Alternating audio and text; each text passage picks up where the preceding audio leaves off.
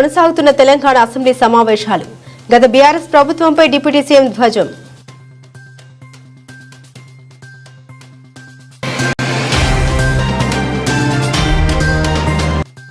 Election జమిలీ ఎన్నికల బిల్లుపై జరుగుతున్న చర్చకు వ్యతిరేకించిన కాంగ్రెస్ పార్టీ ఎంపీలు.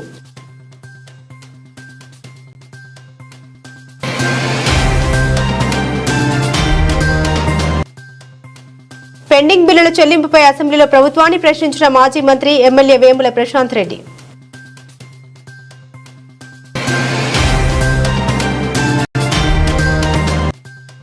పోలవరం ప్రాజెక్టు అథారిటీకి యాక్షన్ ప్లాన్ తెలియజేసిన సీఎం చంద్రబాబు. ఏప్రిల్ 2026 నాటికి పోలవరం ప్రాజెక్టు పూర్తి చేస్తామని వెల్లడించిన సీఎం.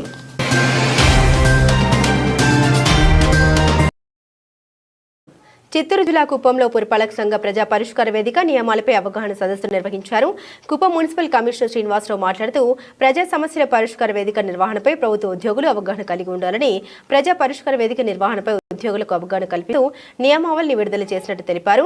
ఈ విషయంపై కుప్పం పట్టణ పరిధిలోని సచివాలయ పురపాలక సిబ్బందికి శిక్షణ కార్యక్రమాన్ని ఏర్పాటు చేయడం జరిగిందన్నారు. ప్రతి ఆర్జితాన్ని సమస్యలు సానుకూలంగా విని వాటిని ఎప్పటికప్పుడు పరిష్కరించేలా ఉద్యోగులు చర్యలు తీసుకోవాలని అన్నారు.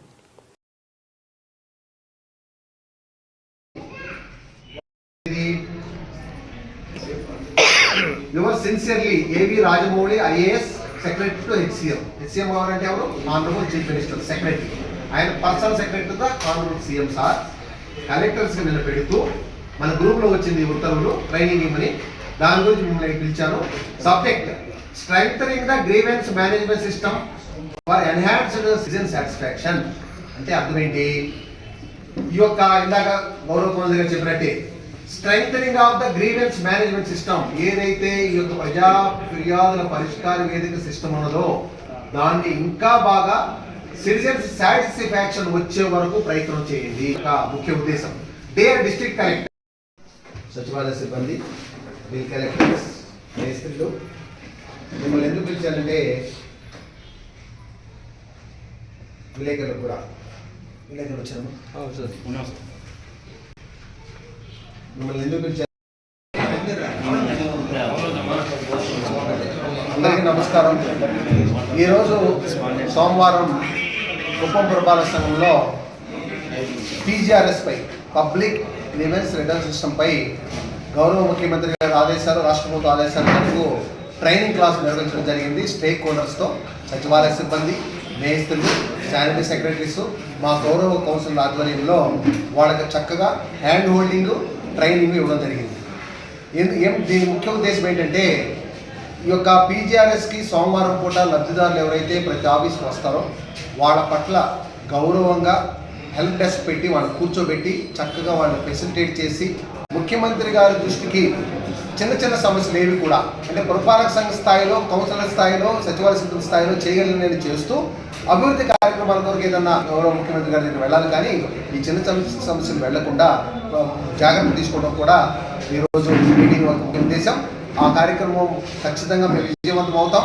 గౌరవ ముఖ్యమంత్రి గారు వచ్చినప్పుడు అతి తక్కువ అర్జీలు మాత్రమే ఆయన వద్దకు వెళ్ళేటట్టుగా ప్రజలకు సమస్యలన్నీ పరిష్కారం చేస్తాం. అది లైట్ కావచ్చు, కుళాయి కావచ్చు, కుళాయి కనెక్షన్ కావచ్చు, ఎక్కడన్నా చిన్న చిన్న కలవట్ రిపేర్లు కావచ్చు, అవన్నీ కూడా సమస్యలు కూడా పరిష్కారం చేయడానికి మా గౌరవ కౌన్సిల్ యొక్క సూచనలతో ముందుకెళ్తాము. అభివృద్ధి కార్యక్రమాలన్నీ కూడా టేకాఫ్ అయ్యేదానికి అన్ని ప్రయత్నాలు మొదలుపెట్టాము. మధ్య railway general manager Shri Arun Kumar Jain ఈరోజు అనగా డిసెంబర్ 16, 2024 తేదీన సికింద్రాబాద్లోని రైలు నిలయంలో జరిగిన భద్రతా సమీక్ష సమావేశంలో అక్టోబర్ మరియు నవంబర్ నెలలకు గాను 13 మంది ఉద్యోగులకు employee of the month safety అవార్డులను అందించారు. సిబ్బంది అసురక్షిత పరిస్థితుల్ని నివారిస్తూ తమ విధి నిర్వహణలో చురుకుదనం మరియు అంకిత భావాన్ని ప్రదర్శించినందుకు ఎంప్లాయీ ఆఫ్ ది మంత్ అవార్డులు ఇవ్వబడతాయి. ఈ సమీక్ష సమావేశంలో దక్షిణ మధ్య రైల్వే అదనపు జనరల్ మేనేజర్ శ్రీ నీరజ్ అగర్వాల్ గారితో పాటుగా దక్షిణ మధ్య రైల్వేకి చెందిన వివిధ శాఖలకు చెందిన ప్రధాన అధిపతులు మరియు 6 డివిజన్లు అనగా సికింద్రాబాద్, హైదరాబాద్, విజయవాడ, గుంతకల్లు, గుంటూరు, నాందేడ్కు చెందిన డివిజనల్ రైల్వే మేనేజర్లు, DRMలు వీడియో కాన్ఫరెన్స్ ద్వారా పాల్గొన్నారు. శ్రీ అరుణ్ కుమార్ జైన్ జోన్ పరిధిలోని వివిధ డివిజన్లకు చెందిన 13 మంది ఉద్యోగులకు విధి నిర్వహణలో అప్రమత్తతను ప్రదర్శించినందుకు గాను మరియు అసురక్షిత పరిస్థితుల్ని నివారించడానికి సకాలంలో చర్యలు చేపట్టినందుకు గాను Secunderabad division 4, Vijayawada division 2, Guntakal division 5, Guntur division 1 మరియు Nanded division 1 employee of the month భద్రతా అవార్డులను అందించారు. నెంబర్ 3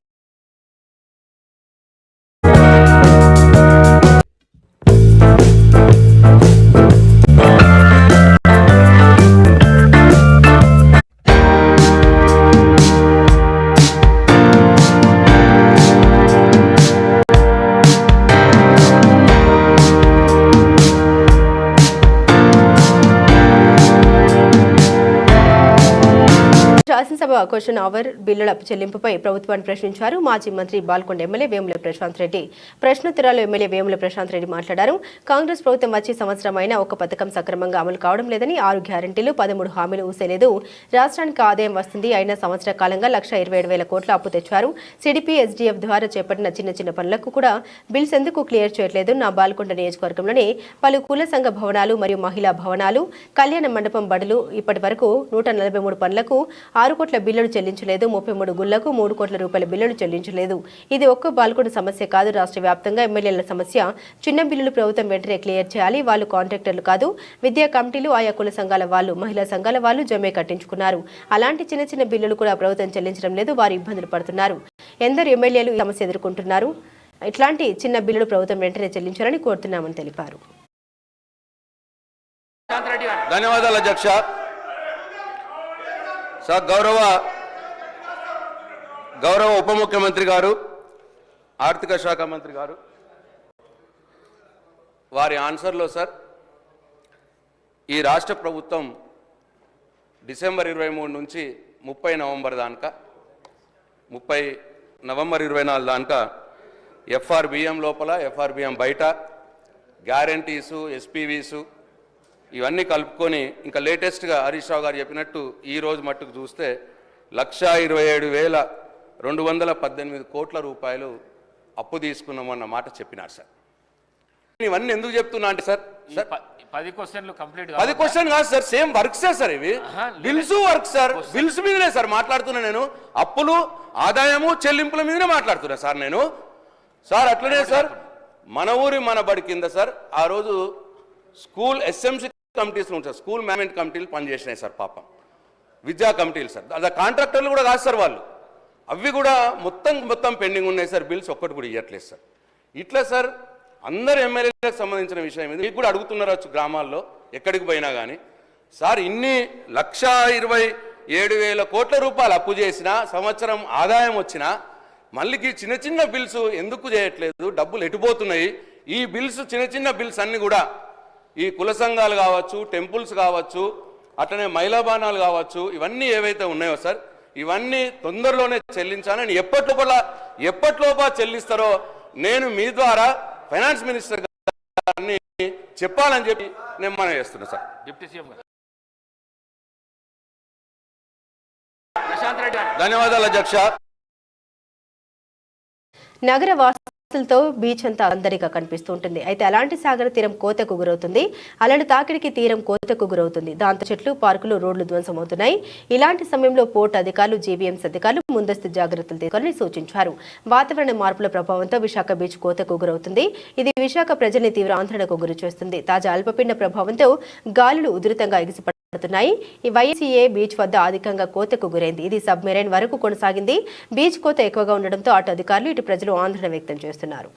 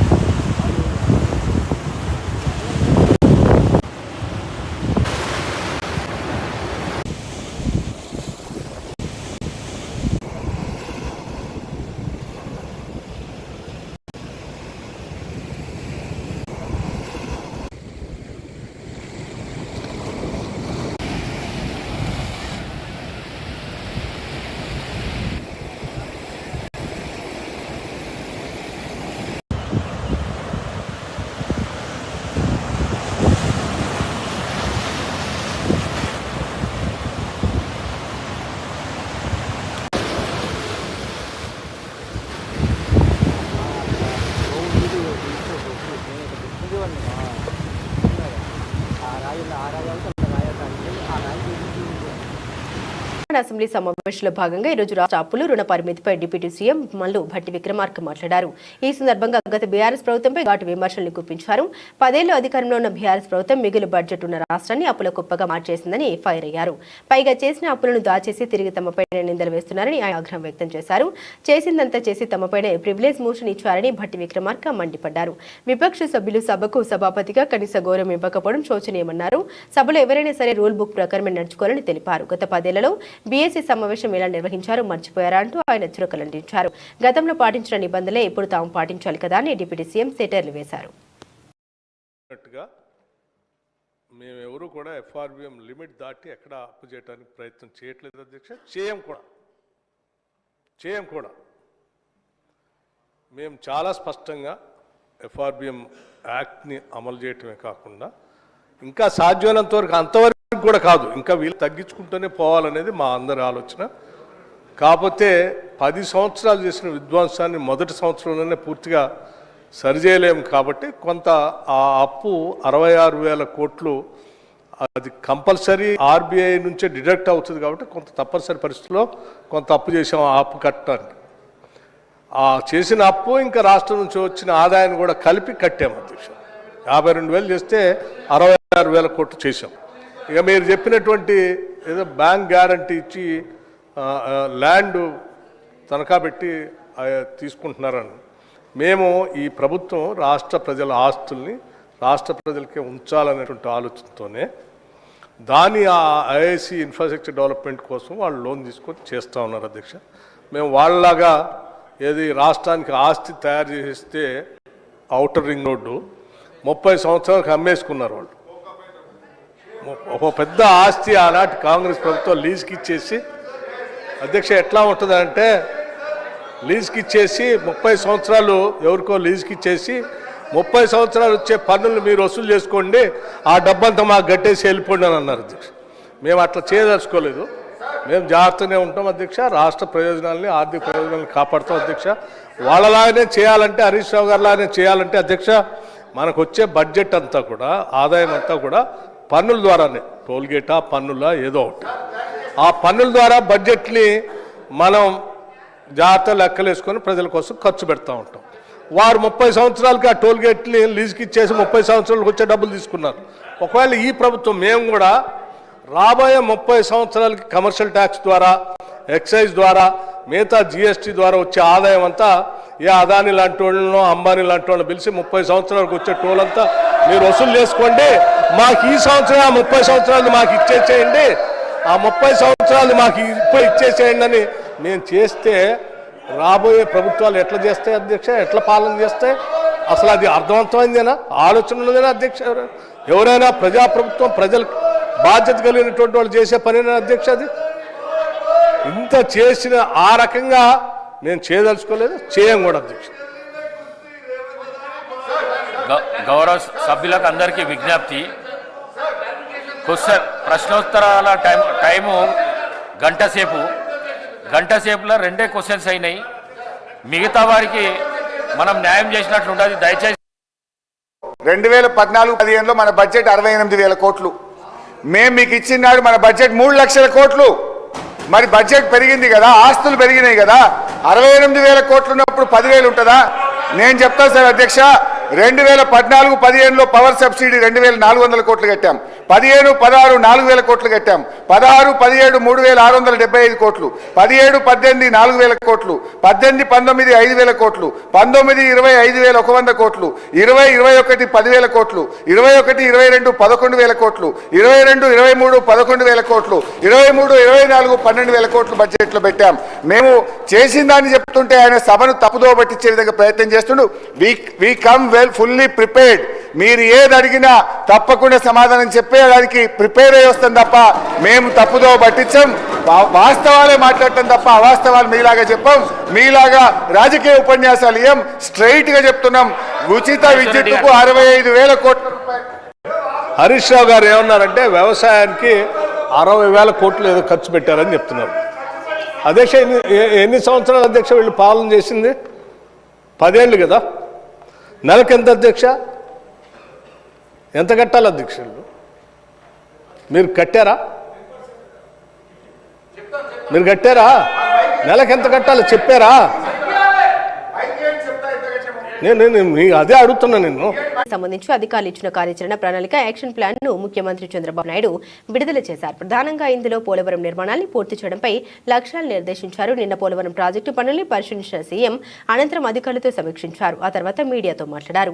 పోలవరం కార్యాచరణను అధికారులు ప్రకటించారని, ఈ కార్యాచరణ పోలవరం ప్రాజెక్టు అథారిటీకి తెలియజేశామని తెలిపారు. జలవనరుల శాఖ మంత్రి ప్రత్యేక ప్రధాన కార్యదర్శి ఢిల్లీ వెళ్లి కేంద్ర జలశక్తి మంత్రిత్వ శాఖకు ఈ ప్రణాళిక వివరిస్తారని తెలిపారు. విదేశీ నిపుణుల బృందం కేంద్ర జల సంఘంతో చర్చించి వారి అభిప్రాయాలు తీసుకుంటారని, తర్వాత తుది ప్రణాళిక ఖరారు అవుతుందని సీఎం తెలిపారు.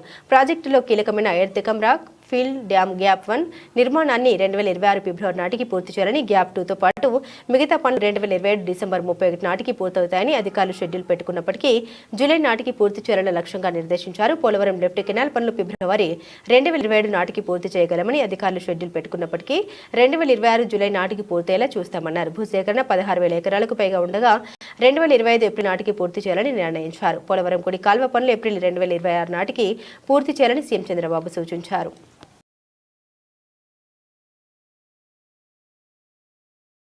మెషరబుల్ మాత్రం 2,400 కోట్లు, కాస్ట్ ఎక్స్లవేషన్ ఇంకొక 2-3 కోట్లు, పవర్ ప్రాజెక్టు అదొక 2-3 కోట్లు, ఒక 10-15 కోట్ల రూపాయలు మినిమం ఉంటుంది. మళ్ళా ఆ బెనిఫిట్ చుట్టూ అది మెషర్. ఈ నీళ్లు తీసేపోయి పంటలు పండుంటే పంటల్లో వచ్చే ఆదాయం అదనం. అది ఒకసారి జిఎస్టిపి పెరిగిన తర్వాత ఆ జిఎస్టిపి పైన మళ్ళీ ఆదాయం వస్తుంది, వెల్త్ వస్తుంది, డబ్బులు వస్తాయి.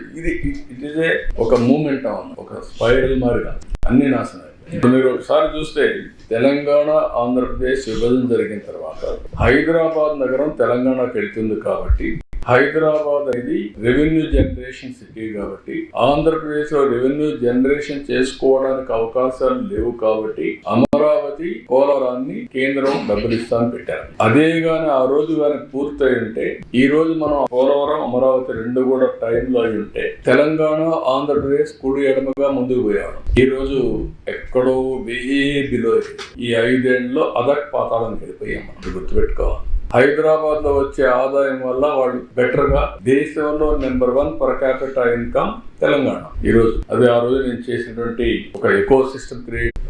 ఆ రోజు తెలుగుదేశం ప్రభుత్వం కంటిన్యూ అయి ఉంటే 2021కి ప్రాజెక్ట్ పూర్తి అయిపోయాయి. 2021కి అయిపోయింది. 2020-21 పూర్తి అయి ఉంటే ఈ రోజు రాష్ట్రం ఎంత బెనిఫిట్స్ వచ్చేటో ఒకసారి చూసుకోవాలి.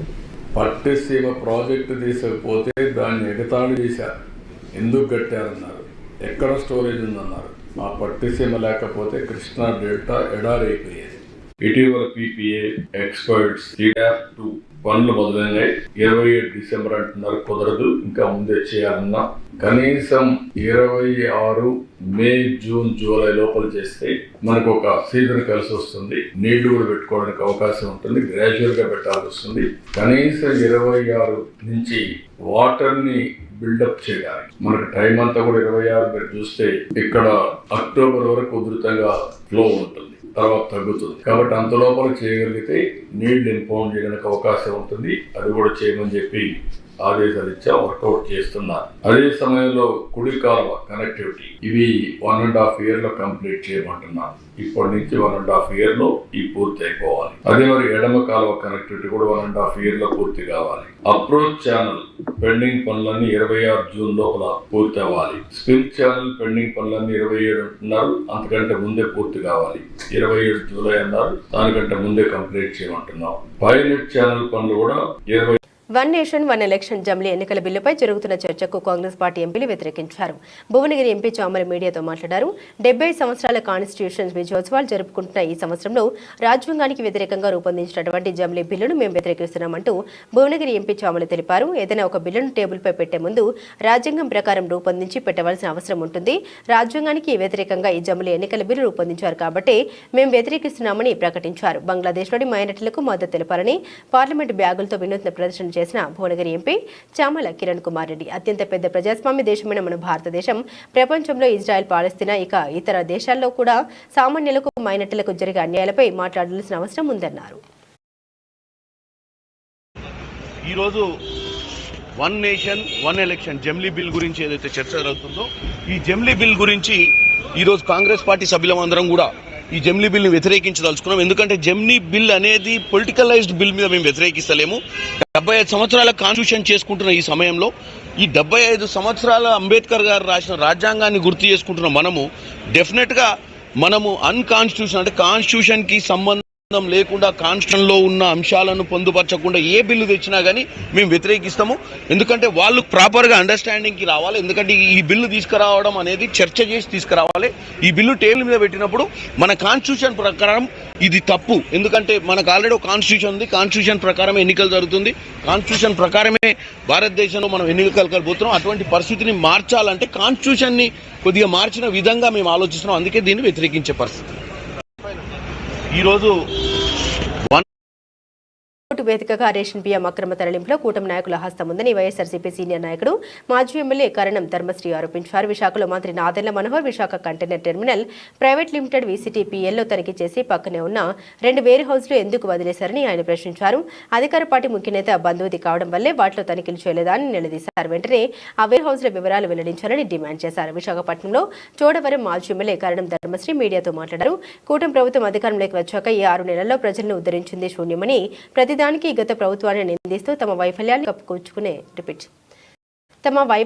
కప్పిపుచ్చుకునే ప్రయత్నం చేస్తున్నారని మండిపడ్డారు. కంటైనర్ కార్గోడ్ సంబంధించినటువంటి కంటైనర్ ఫ్రైట్ స్టేషన్లు కూడా ఇక్కడ ఉన్నాయి. ఇవన్నీ కూడా వీసీటీపీసీఎల్ ఆధ్వర్యంలో అవకాశం ఉండేటట్టు మీరే ఏర్పాటు చేస్తున్నారు. అందుకే నేను చెప్తున్నాను, ప్రభుత్వంలో ఉన్నటువంటి పెద్దలే దీనికి కవచంలాగా రక్షణ కల్పించి ఈ అక్రమ రేషన్ బియ్యాన్ని తరలించి ఏర్పాటు చేస్తున్నారు. అందుకని ఈ సందర్భంగా నేను అయితే ఒక మాట అయితే చెప్పగలను. ఆ పేరు మీరు చెప్పకపోతే ఆ పేర్లు కూడా బయటకు వస్తుంది. ఎందుకంటే మీ సామాజిక వర్గం చెందినటువంటి నేతే దీని కీలకమైన పాత్ర పోషిస్తూ ఆయన ద్వారా బ్రహ్మాండంగా ఆయన ఇప్పుడు మోనోపోల్ అన్నమాట. ఇప్పుడు పరిధిలో 89,33,385 ప్రాపర్టీ రికవరీ చేశామని విశాఖ సిపి సంఘభ్రత భాగ్చి తెలిపారు. 73 కేసుల్లో 87 మందిని అరెస్టు జైలుకు పంపించామని, బంగారం 1,106 గ్రాములు, 4,616 గ్రాముల వెండి, 3,50,820 రూపాయలు నగదు, ఒక ఆటో, ఒక కారు, 2 ల్యాప్టాప్లు, 21 ద్విచక్ర వాహనాలు, ఒక ప్రింటర్ స్వాధీనం చేసుకున్నామని తెలిపారు. జూలై నుండి ఇప్పటి వరకు 8,000 సీసీ కెమెరాలు ఏర్పాటు చేయడం జరిగిందని, అన్ని చోట్ల సీసీ కెమెరాలు ఏర్పాటు చేయడంతో పాటుగా నిఘా నీడలో దొంగతనం జరిగిన కొద్ది రోజుల్లో దొంగను పట్టుకుని కేసును ఛేదిస్తున్నామని, నేరం జరిగిన వెంటనే కేసును పరిగణలోకి తీసుకుని విచారిస్తున్నామని తెలిపారు. జాయి జమీమా కేసులో అన్ని కోణాల్లో దర్యాప్తు చేస్తున్నామని, బాధితుల తరపున చాలా మంది ముందుకు వస్తున్నారని, కొంతమంది రాజకీయ నేతల పాత్ర ఉన్నట్లుగా తెలుస్తోందని, ఇంకా ఎవరైనా బాధితులు ఉంటే ఫిర్యాదు చేసే వారి వివరాలను గోప్యంగా ఉంచుతామని తెలిపారు.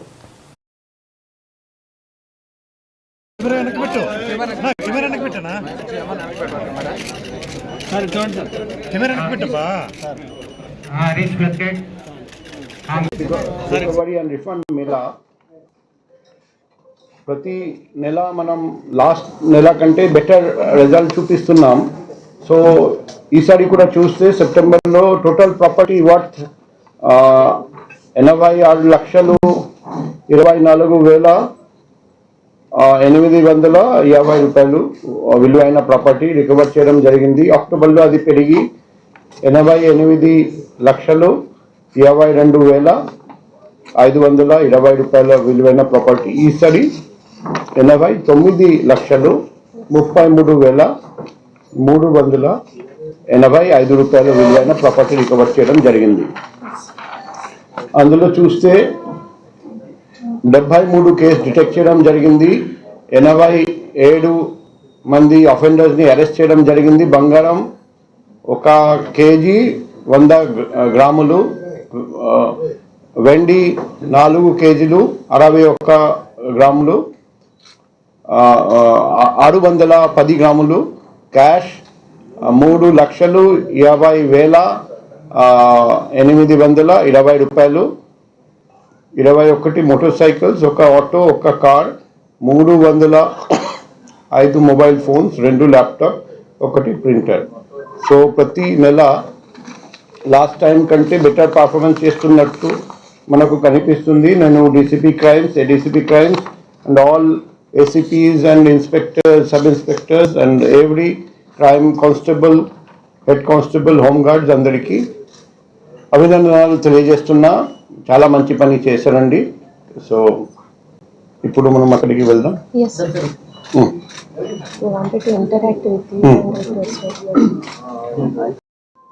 లాస్ట్ జూలై నుండి ఇప్పుడు వరకు దాదాపు 8,000 CCTVs మేము పెట్టాము పబ్లిక్ ఇనిషియేటివ్తో. అది కాకుండా లైట్స్ పెట్టడం జరిగింది, పోదలు క్లియర్ చేయడం జరిగింది. దానివల్ల ఆఫెన్స్ జరిగిన వెంటనే మేము రికవరీ చేస్తున్నాం. మీరు రెగ్యులర్గా సోషల్ మీడియా పోస్ట్ కూడా చూస్తే చాలామంది ఆఫెన్స్ జరిగిన వెంటనే వైజాగ్ సిటీ పోలీస్ మా ప్రాపర్టీ రికవర్ చేశారని ధన్యవాదాలు తెలియజేస్తున్నారండి. మొన్న నేను వాల్టీఆర్ క్లబ్లో ఒక లెక్చర్ ఇవ్వడానికి వెళ్ళాను. అక్కడ కూడా ఒక పార్టిసిపెంట్ లేచి నా మొబైల్ ఫోన్ పోయిన 2 గంటల్లో వైజాగ్ సిటీ పోలీస్ రికవర్ చేశారని చాలా అప్రిషియేట్ చేశారండి. సో ఒకవైపు పెట్రోలింగ్ పార్టీ పెంచడం, బీట్ సర్వీస్ పెంచడం, మరోవైపు ఈ సీసీటీవీ, లైటింగ్, పొదలు క్లియర్ చేయడం. ఇప్పుడు క్రైమ్ అవేర్నెస్ మీటింగ్స్ అన్నీ మనం పెడుతున్నాం. ప్రతి గేటెడ్ కమ్యూనిటీకి వెళ్ళి అక్కడ సీసీటీవీ, లైటింగ్, పొదలు క్లియరింగ్, LHMS యాప్. మరోవైపు ఎవరు ఆ కానిస్టేబుల్ తప్పు చేస్తాడో అతని మీద రిపోర్ట్ పంపడం, 2 చేయమని చెప్పాము. ఇటువంటి కేసెస్లో ఫస్ట్ ఇప్పుడు విక్టిమాలజీ అని ఒక బ్రాంచ్ ఆఫ్ క్రిమినాలజీ ఉంది. అందులో విక్టిమ్స్కి, బాధితులకు ఎలా న్యాయం జరుగుతుంది దాని మీద ఫోకస్ ఉంటుంది. శాసన మండలిలో బీఆర్ఎస్ ఎమ్మెల్సీ కల్వకుంట్ల కవిత సంచలన వ్యాఖ్యలు చేశారు.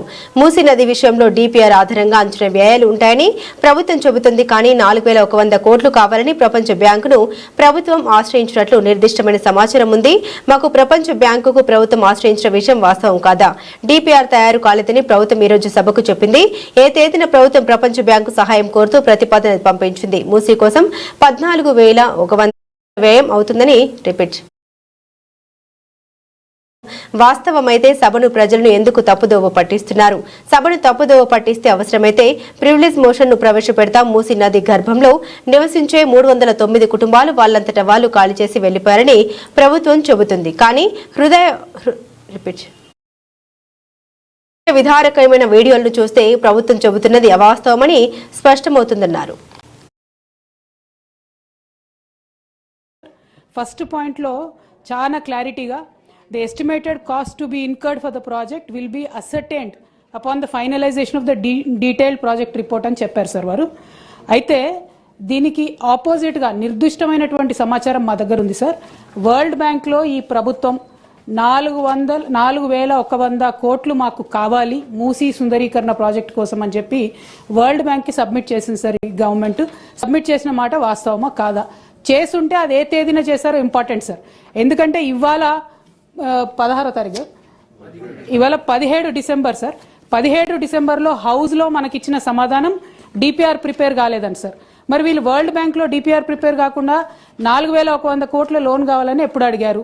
ఆ డేట్స్ ఏంటి దయచేసి ప్రభుత్వం క్రిస్టల్ క్లియర్గా ప్రజలకు చెప్పాల్సినటువంటి అవసరం ఉంది సార్.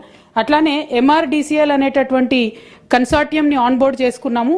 ఇంకా కూడా మేము DPR ప్రిపరేషన్ చేస్తూ ఉన్నామని చెప్తా ఉన్నారు సార్. నిన్నగాక మొన్న మనం గౌరవ ముఖ్యమంత్రి గారిని చూసినాం సార్.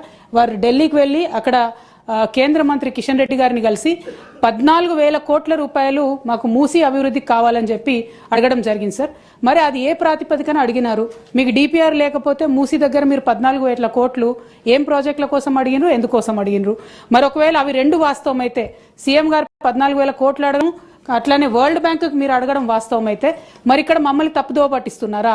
సభ సాక్షిగా మీరు తప్పుడు సమాచారం ప్రజలకు, సభ్యులకు ఇస్తున్నారా? ఇట్లా ఇచ్చినట్టయితే అధ్యక్ష మేము మా పార్టీలో కూడా డిస్కషన్ చేసుకుంటాం అధ్యక్ష. ప్రివిలేజ్ మోషన్ కూడా అవసరమైతే ఆలోచన చేసి మూవ్ చేస్తాం అధ్యక్ష. ఎందుకంటే సభను తప్పుదారి పట్టించడం నిజంగా దారుణం అధ్యక్ష. ఇంకా వీరు ఇచ్చినటువంటి ఆన్సర్స్లో మీరు గమనిస్తే అధ్యక్ష, ఓన్లీ 309 కుటుంబాలు వాళ్ళు రివర్ బెడ్ ఏరియాలో ఉన్నారు కాబట్టి వాళ్ళంతటా వాళ్ళు ఖాళీ చేసి వెళ్ళిపోయారని చెప్పారు అధ్యక్ష. అది డెఫినెట్గా వీడియోలు, హృదయ విదారకమైనటువంటి వీడియోలు చూసిన వాళ్ళు అవాస్తవం అని అంటారు అధ్యక్ష. But because in the house you are committing sir that you have given for 309 families of given consent. నేను సభ ద్వారా అడుగుతా ఉన్న అధ్యక్ష, గౌరవ స్పీకర్ గారికి మరి ఆ 309 కుటుంబాలు ఏదైనా కన్సెంట్ లెటర్ సైన్ చేసి ఉంటే అది ఇవ్వమని నేను కోరుతా ఉన్నా అధ్యక్ష. ఎందుకంటే